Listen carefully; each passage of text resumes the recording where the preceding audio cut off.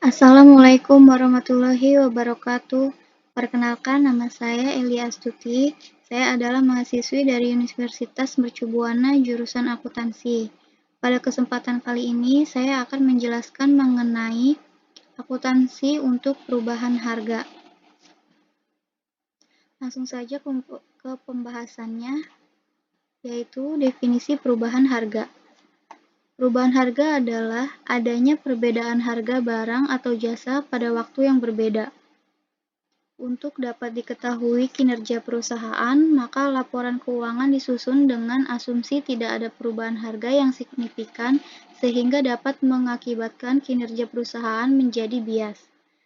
Dasar bagi penyajian laporan keuangan untuk tujuan umum adalah agar dapat diperbandingkan lebih baik dengan laporan keuangan periode sebelumnya maupun dengan laporan keuangan entitas lain. Jika terjadi perubahan harga, maka perbandingan menjadi sulit dilakukan. Oleh karena itu, perlu diatur tentang standar akuntansi untuk perubahan harga, yaitu Pelaporan Keuangan dalam Kondisi Inflasi (PSAK) nomor 63. Jenis-jenis perubahan harga. Yang pertama, perubahan harga umum. Perubahan harga umum adalah perubahan harga yang terjadi pada semua produk atau jasa secara umum. Perubahan harga umum dikenal dengan istilah inflasi. Pada umumnya, pemicu inflasi adalah penurunan nilai tukar suatu uang atau dikenal dengan perubahan daya beli. Perubahan tersebut dapat disebabkan pada umumnya oleh kekuatan-kekuatan faktor ekonomik seperti tersedianya uang atau kecepatan beredarnya uang dibandingkan dengan tersedianya barang atau jasa dalam perekonomian suatu negara. Penyebab lain adalah ketidakseimbangan antara permintaan dan penawaran barang dan jasa secara umum atau perubahan harga pasar dunia untuk komoditas dasar tertentu, misalnya minyak bumi, emas, dan lain-lain. Yang kedua, perubahan harga spesifik. Mencerminkan perubahan karakteristik barang tertentu akibat teknologi atau selera terhadap barang. Perubahan harga spesifik dapat terjadi karena berbagai faktor, antara lain perubahan selera konsumen, perubahan teknologi di bidang teknik industri, dan spekulasi atau perubahan harapan masyarakat terhadap kualitas barang dan jasa tertentu yang tersedia dalam masyarakat. Yang ketiga, perubahan harga relatif. Mencerminkan perubahan harga spesifik setelah pengaruh perubahan harga umum diperhitungkan. Perubahan harga relatif mengukur tingkat penyimpangan perubahan harga barang atau jasa tertentu terhadap perubahan akibat perubahan tingkat harga umum seluruh barang dan jasa.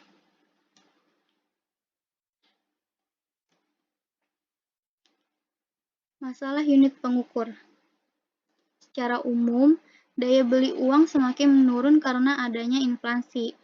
Akuntansi menghadapi masalah ini karena kos yang diukur Rp1 nominal tidak lagi homogeus untuk beberapa pos sehingga penjumlahan kos vertikal, antar pos atau horizontal, objek-objek yang sama yang diperoleh pada waktu berbeda. Sebenarnya tidak bermakna lagi ibarat menambah jeruk dan apel. Model akuntansi untuk mengatasi hal ini sering disebut akuntansi tingkat harga umum atau General Price Level Accounting. Istilah lain untuk menunjukkan model ini adalah akuntansi inflasi atau inflation accounting, akuntansi daya beli konstan atau constant purchasing power accounting, akuntansi rupiah konstan atau constant dollar accounting, akuntansi stabilization. Dengan adanya model ini, rupiah yang tidak dikonvensi atau rupiah seperti pada adanya disebut rupiah nominal.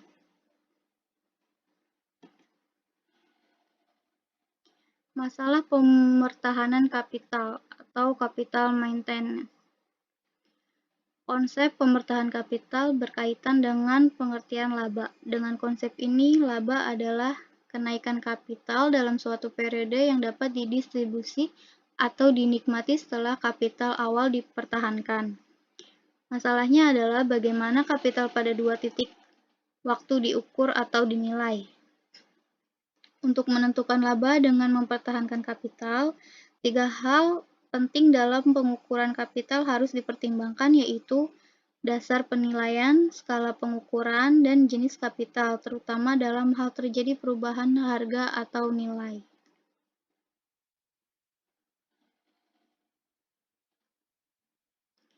Pos-pos moneter dan non-moneter. Pos-pos moneter terdiri atas aset moneter dan kewajiban moneter. Aset moneter adalah klaim untuk menerima kas di masa mendatang dengan jumlah dan saat yang pasti tanpa mengaitkannya dengan harga masa datang barang dan jasa tertentu. Kewajiban moneter adalah keharusan untuk membayar uang di masa mendatang dengan jumlah dan saat pembayaran yang sudah pasti. Implikasi perubahan harga terhadap pos-pos moneter lebih berkaitan dengan perubahan daya beli yang menimbulkan untung atau rugi daya beli. Untung atau rugi daya beli timbul kalau perusahaan menengah pos-pos moneter dalam keadaan daya beli berubah.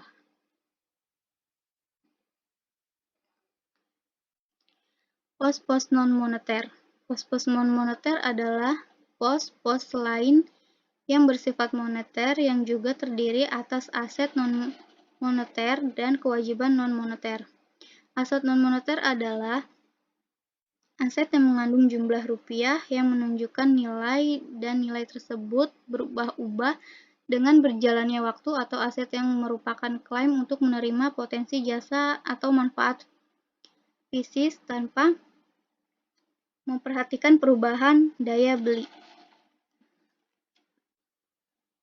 Kewajiban non-moneter adalah keseharusan untuk menyerahkan barang dan jasa atau potensi jasa lainnya dengan kuantitas tertentu tanpa memperhatikan daya beli atau perubahan nilai barang atau potensi jasa tersebut pada saat diserahkan. Implikasi perubahan harga terhadap pos non-moneter adalah terjadinya perbedaan nilai tukar (exchange value) antara saat pos-pos tersebut diperoleh atau terjadi dan nilai tukar saat mereka diserahkan atau dilaporkan pada akhir periode.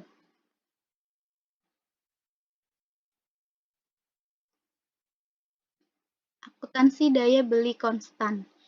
Tujuan akuntansi daya beli konstan adalah mempertahankan kapital atas dasar daya beli. Dengan daya beli sebagai basis pengukuran, diharapkan perusahaan mampu mempertahankan sumber ekonominya untuk membeli barang dan jasa dan berlangsung terus dalam suatu kondisi perekonomian tertentu.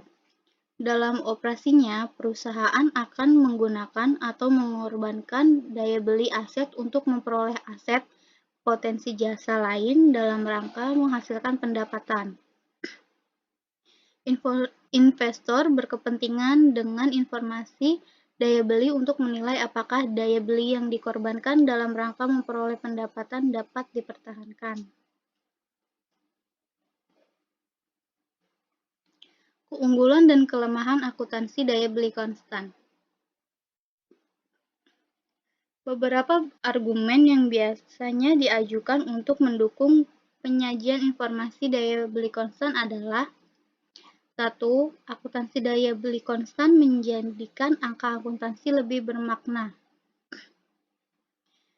2. Dengan akuntansi daya beli konstan, perbandingan antar periode akan memberikan informasi yang lebih bermakna daripada pembandingan atas dasar rupiah normal. 3. Pembandingan data antar perusahaan juga akan menjadi lebih berarti dan informatif. 4. Akuntansi daya beli konstan akan menghasilkan informasi laba atas dasar konsep mempertahankan kapital. 5.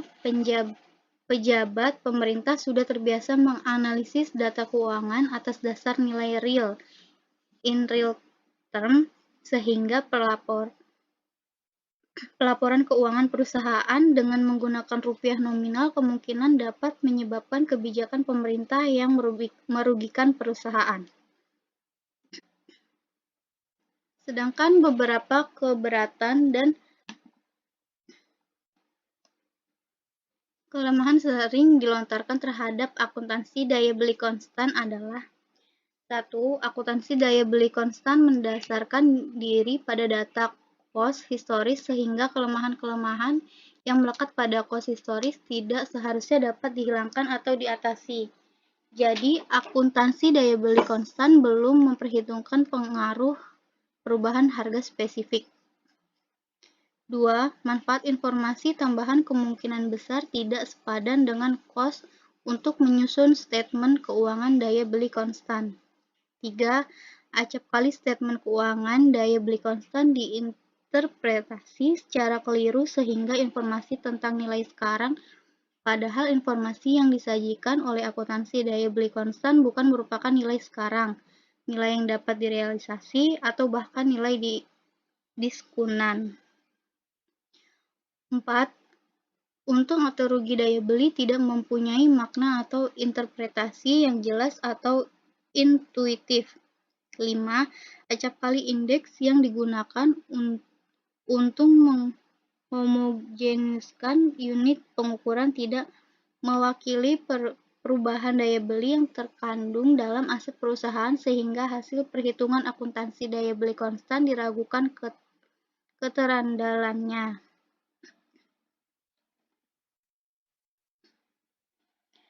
Akuntansi kos sekarang. Tujuan akuntansi kos sekarang adalah mengukur laba suatu periode dengan mempertahankan kapital semula. Kapital ukuran atas dasar kapasitas operasi atau kemampuan untuk menyediakan barang atau jasa dengan kuantitas yang sama dengan kapasitas atau kemampuan kapital sebelumnya. Akuntansi kos sekarang menuntut agar semua sumber ekonomik potensi jasa yang dikonsumsi atau keluar dari kesatuan usaha diganti dengan sumber ekonomik yang mempunyai fungsi atau kemampuan yang sama atau lebih besar.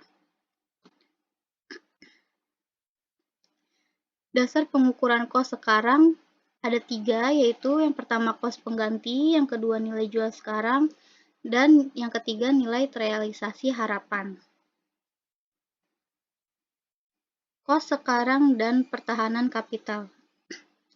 Seperti akuntansi daya beli, akuntansi kos sekarang juga dilandasi konsep pempertahanan kapital. Perubahan harga aset yang ditahan selama satu periode menimbulkan untung atau rugi penahanan.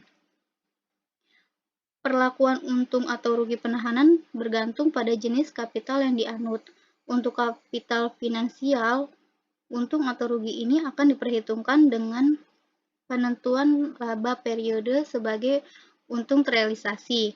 Bila kapital fisik dianut, kapital dapat dikatakan tetap atau dipertahankan kalau perusahaan mampu mengganti seluruh asetnya dengan aset sejenis, atau kalau perusahaan mampu mempertahankan kapasitas untuk memproduksi barang dan jasa secara tetap atau sama dengan periode sebelumnya. Sumber informasi dan teknik pengukuran. Yang pertama, pengindesan. Yang kedua, penghargaan langsung. Ketiga, pengkosan unit. 4. Penghargaan fungsional. Keunggulan dan kelemahan kos sekarang.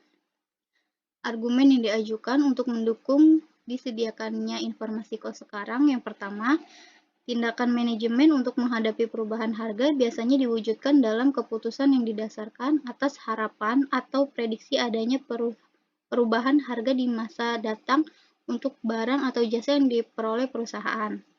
Yang kedua, akuntansi kos sekarang dapat menentukan laba operasi dan untung penahanan sehingga dapat memberikan informasi tentang pengaruh perubahan harga terhadap profitabilitas perusahaan yang sesungguhnya. Sedangkan beberapa kritik umum yang ditunjukkan terhadap akuntansi kos sekarang Yang pertama, belum ada definisi yang tegas dan tunggal tentang apa yang dimaksud aset pengganti dan bagaimana aset tersebut diukur. Yang kedua, akuntansi kos sekarang belum mempertimbangkan pengaruh perubahan daya beli uang. Jadi, akuntansi kos sekarang belum memecahkan masalah perubahan harga karena inflasi atau deflasi. Yang ketiga, konsep pempertahanan kapital yang menjadi landasan kos sekarang sebenarnya bukan merupakan fungsi akuntansi atau laporan tetapi fungsi manajemen. Yang keempat, kerumitan penyusunan informasi kos sekarang sebagai pelengkap tidak sepadan dengan manfaat yang diperoleh. Dengan kata lain, akuntansi kos pengganti tidak praktis dan hasilnya kurang meyakinkan.